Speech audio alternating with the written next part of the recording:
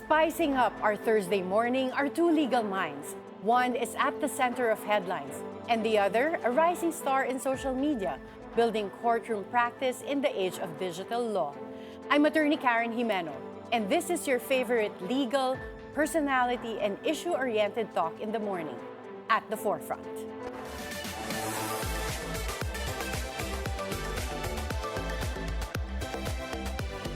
Attorney Ferdinand Topacio has once again exploded in yesterday's headlines after filing a petition for indirect contempt against Presidential Adviser for Poverty Alleviation Larry Gadon. The clash took an unexpected turn when Attorney Gadon challenged Attorney Topacio to a one-on-one singing duel for charity. Behind the theatrics and legal fireworks, the question in everyone's mind is, why is Attorney Topacio perennially in the middle of the country's most controversial issues? With us this morning is one of the country's high-profile lawyers, Attorney Ferdinand Topacio. Good morning, Attorney Ferdy.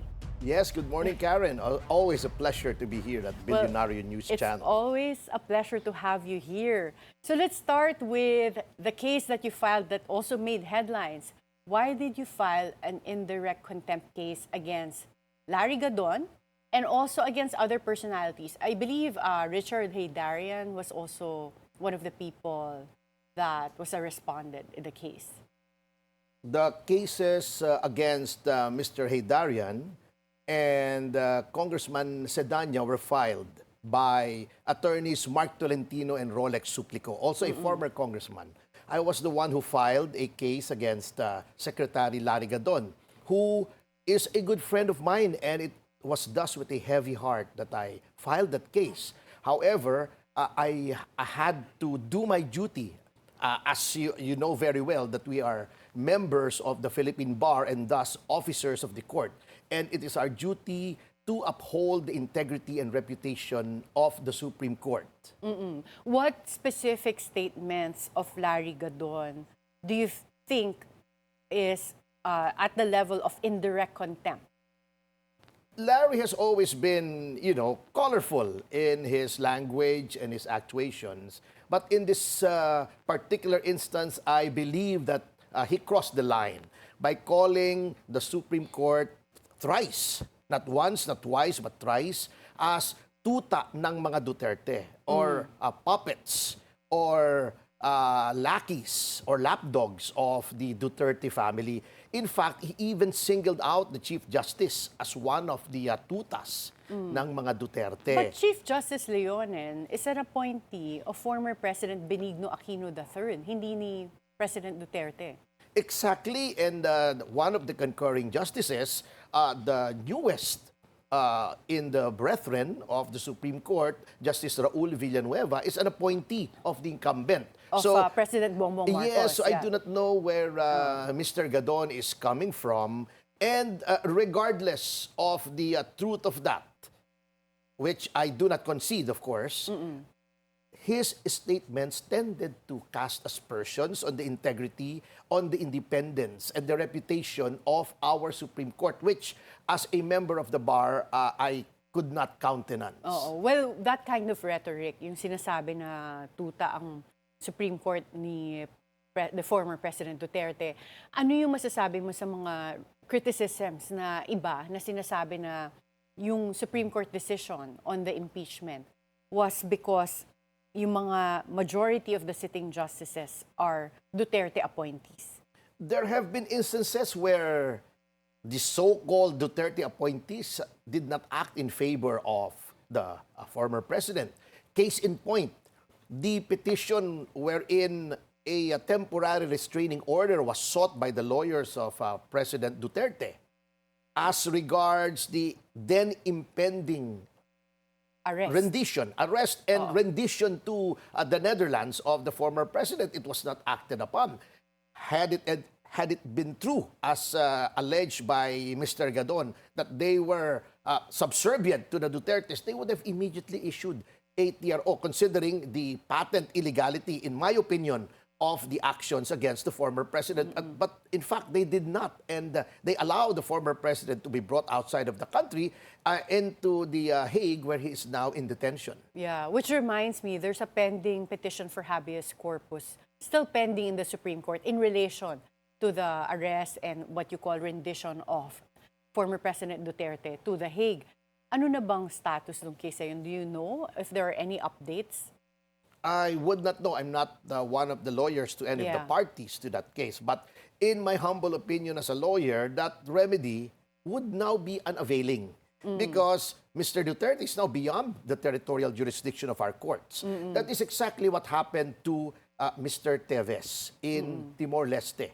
The Tribunal de Recursos of Timor-Leste had in fact issued a writ of habeas corpus while Mr. Teves was still in the territory of Timor-Leste, but it was also disregarded by the Timor-Leste authorities and he was brought to the Philippines. Well, let's go back to the case that you filed against Larry Gadon in the Supreme Court for indirect contempt. Ano masasabi mo dun sa mga iba naman nagsasabi na it's an overreaction to what he said? What he said was the overreaction, not our measures which we undertook in order to address those concerns. There is freedom of expression, there is freedom of speech under our Constitution. And in fact, the Supreme Court itself concedes that litigants and lawyers may disagree with decisions of that court. And they would be well within their rights. But those criticisms must not outrun the bounds of reason and result in contumacious conduct that insults the Supreme Court. The Supreme Court is a constitutional body. It is the highest court of the land. And it is deserving of the respect that it has under our Constitution as the ultimate arbiter of legal questions. Do you believe his statements can be threatening to the institution?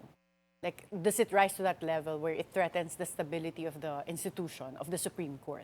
Over and beyond that, by calling the justices, all of the justices without exception, as tuta ng mga Duterte, it casts doubt on their independence and their integrity.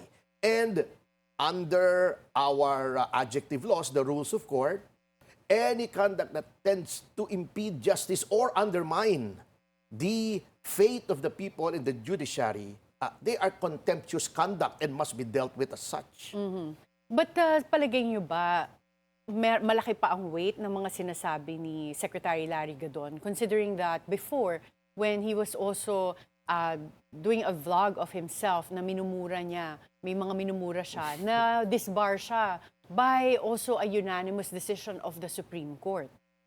Si Larry carries the distinction of being the only person twice disbarred, actually. Twice disbarred, diba? Yes, and that is time? why in the second disbarment opinion, the court specifically stated that there is no more possibility of him being reinstated. And in contrast to those who were previously disbarred but were reinstated to the roster of lawyers.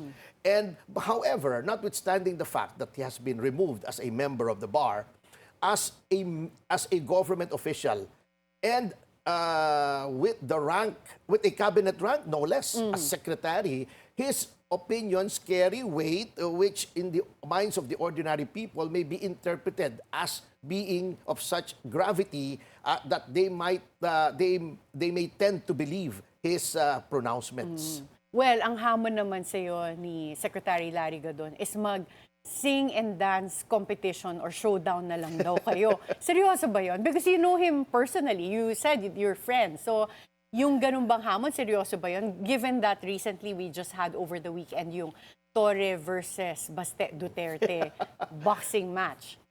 Yun ang noise, hindi yung ginawa natin. Ano? I know Larry, I've known him for more than a decade.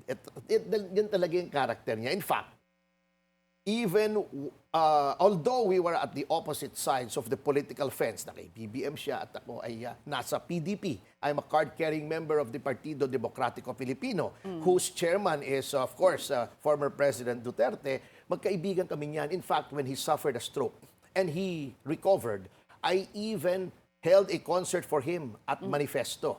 Doon sa restaurant namin with my band. Oo, and nandun he siya. was there and he jammed with us. Kaya sing and dance competition, ang Yes, hamon niya sa'yo oo. kasi pareho kayong kumakanta. At marami na kaming mga pinagsamahan niya, mga performances sa mga lounges, mga music lounges, mga music bars. But ang sabi ko nga sa kanya, well, kasamang Larry, this is not a laughing matter. This is serious. And while you may be my friend, I am sorry, but our friendship has to end where my duty as a lawyer begins. Did he take that personally, yung pag-file mo ng case? Did he text you or reach out to you after you filed the case? No, he has my number, and I'm sure he has not changed his. What he did was to question my competency by saying that all of my clients are in jail. Disregarding the fact that my record speaks for itself with 6 victories in the Supreme Court. So, hindi totoo yung sinabi ni Larry Gadon, ni Secretary Larry Gadon, that lahat ng mga kliyente mo ay nasa kulungan? Nasa kulungan ngayon, but ultimately they are exculpated. They are acquitted by the court. That happened to the case of the spouses Arroyo. A lot of cases. The case of Jaime Paule, who was charged with in the fertilizer fund case. Cases have been dismissed with finality. So many cases. We must know that under this climate of persecution by the present government, of course, its opponents will be jailed because that is the kind of government that we have. But ultimately, I am convinced that ultimately, without meaning to sound presumptuous, that since these cases are weak, they will ultimately be dismissed and my clients exonerated. Well, just to go back to your personal, I don't know if to call it a rift with Secretary Larry Gadon right now, kung totoo siya na hinahamon kanya sa singing and dancing showdown, tatanggapin mo ba?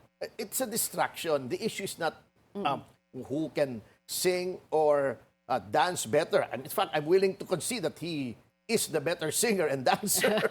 Pero the question is, did he commit contumacious conduct against the Supreme Court? That is the issue before the Supreme Court now. Yeah. And if he wants to make any pronouncements, he should make those pronouncements before the Supreme Court, not to me. Because I have no personal beef against him even now. If he still considers me as a friend, I still consider him as a friend. There's nothing personal here. It's a matter of duty. And of all people, having been a previous member of the bar, he should know and understand that. Well, it is part of the duties of lawyers to uphold the integrity of the Supreme Court. Exactly. But bakit ikaw, among others, yung tumayo to do this? Would you say that it's because of your affiliation with PDP Laban?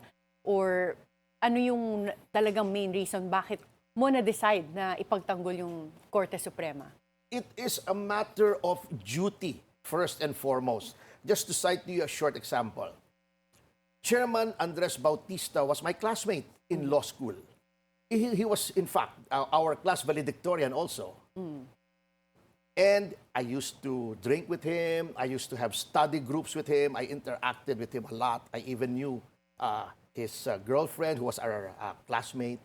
Hindi naman sila nagkatuluyan. But anyway, what I mean is, but when push came to shove, and when I believed that he committed impeachable acts, I was the one who filed an impeachment complaint against him, which was successful, by the way. So, ganun lang po yun eh. Did he take it personally against you? I have no idea. Hindi na kayo nag-usap ever since. But I suppose he wasn't very happy about it since he was impeached, and he had to resign in order to preempt any impeachment trial, which may have subjected him to some form of humiliation. But the fact remains that it was not personal. When we were classmates until the time that he became PCGG chairman and then chairman of the COMELEC, he has done nothing wrong against me. Wala siyang atraso sa akin, wala siyang kasalanan sa akin, but I felt that I still have to do it because, sabi nga ni Tito Doy Laurel, who was my mentor when he was vice president, ang bayan higit sa lahat.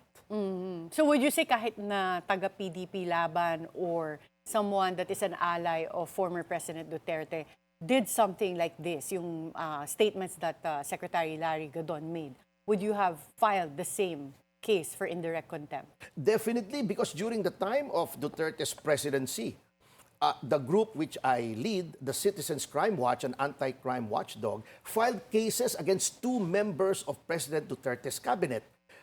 Secretary Ramon Lopez, whom we accused of aiding and abetting tax evasion by Hyundai, and Secretary Vince Dizon, who is now back in the cabinet, for certain anomalies which we believed were in connection with the Asian Games. So, wala po akong pinipili. Kaya minsan nahihiya ako sa mga kaibigan ko. Kaya lang talagang duty must prevail. Yun ang turo sa akin ng aking mentor, si Doy Laurel, at saka ng tatay ko. Pagdating sa bayan, hindi maaring kaibigan kahit kamag-anak. So, wala ka Kailangan bayan talagang muna. pinipili. Yes. But when it comes to clients, when you say wala kang pinipili, you've been criticized for taking on very controversial clients na kahit either perceived as guilty or unpopular, meron ka bang standard as to sino yung hindi mo tatanggapin? Meron ka na bang mga natanggihan because they fall within a certain category na hindi mo talaga i-represent? Marami po actually, pero wag na nating i-reveal yan because that is confidential. Yes. Yeah. Ang standard po lang namin ay isa.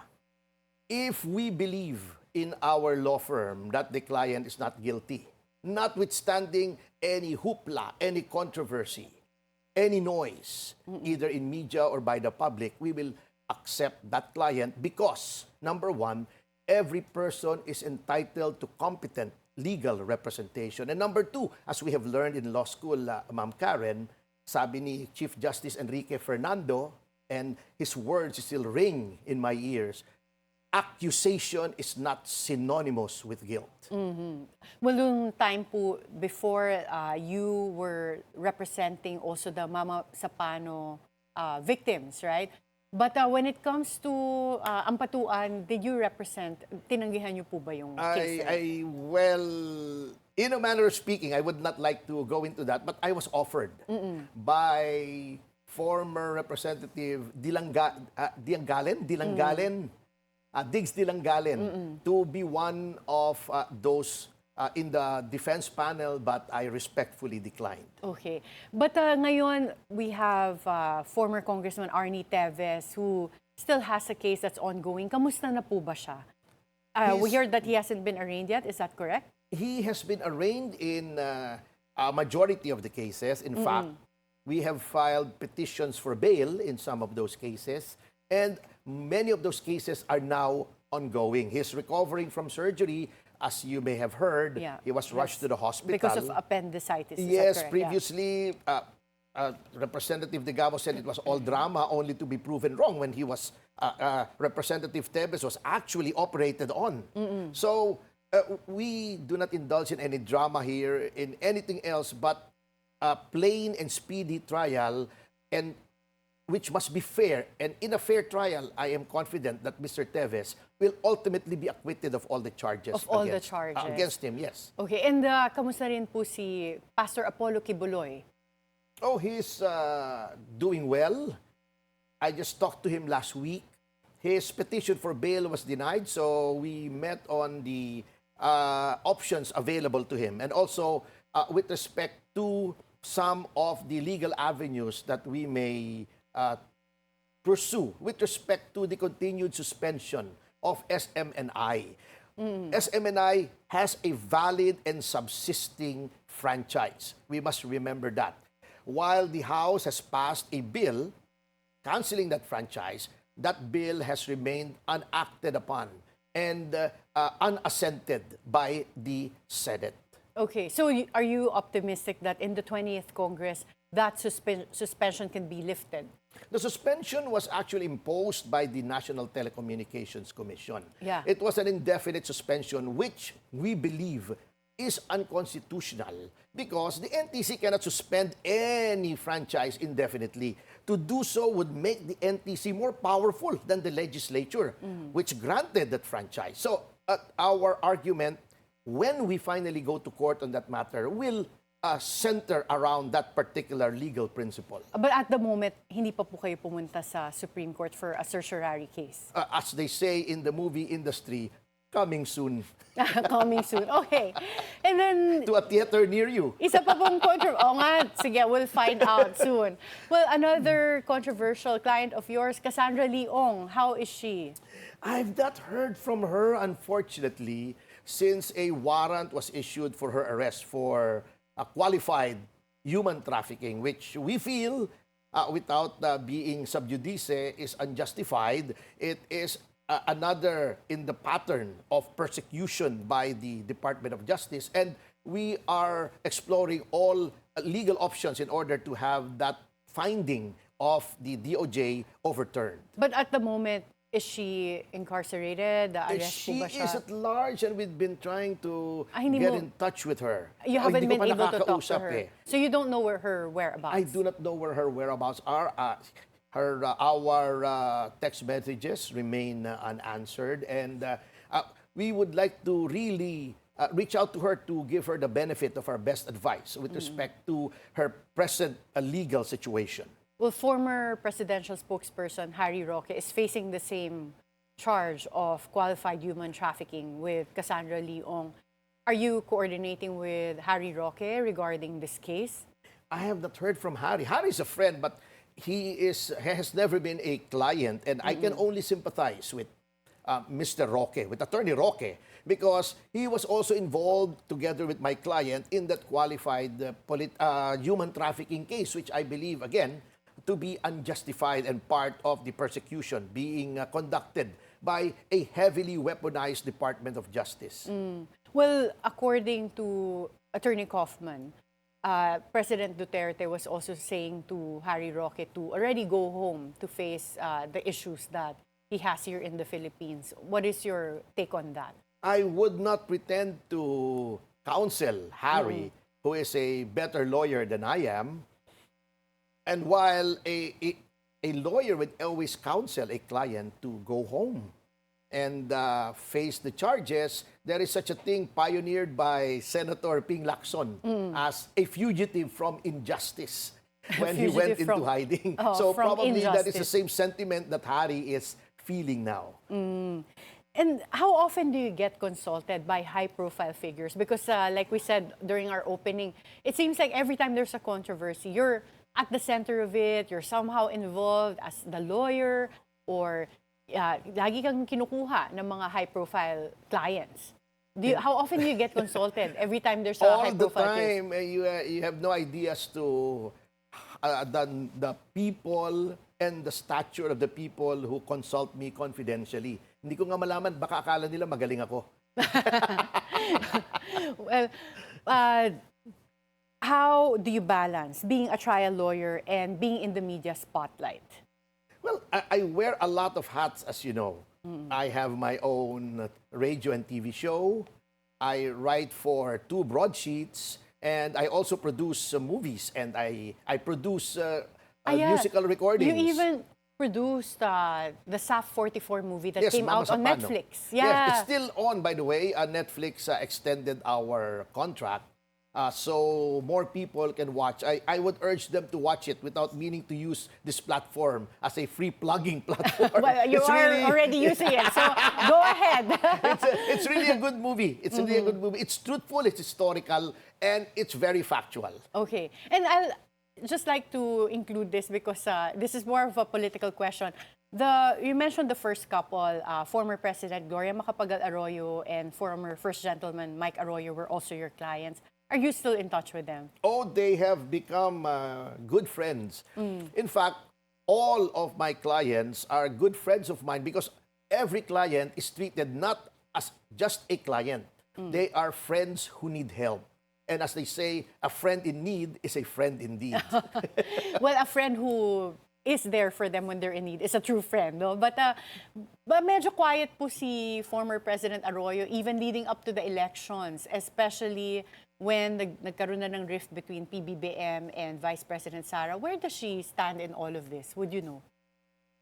She is a seasoned and she's a seasoned politician and an elder statesman. wala na po siyang ambisyon because she has been president.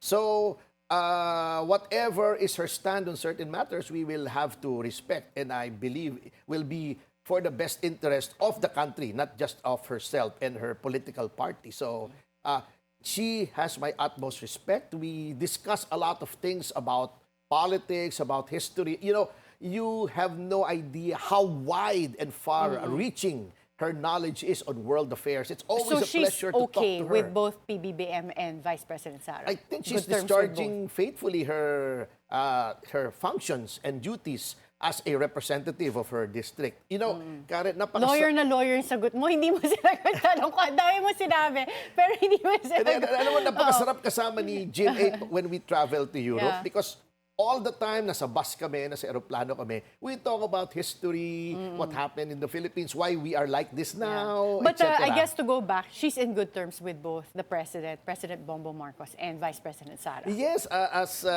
far as she's concerned, what is paramount to her is serving her constituents in Pampanga. Okay, very well said. Lawyer na royal ka talaga, Attorney Ferdy. But thank you for your time, and we hope Always to a have you pleasure. back here again.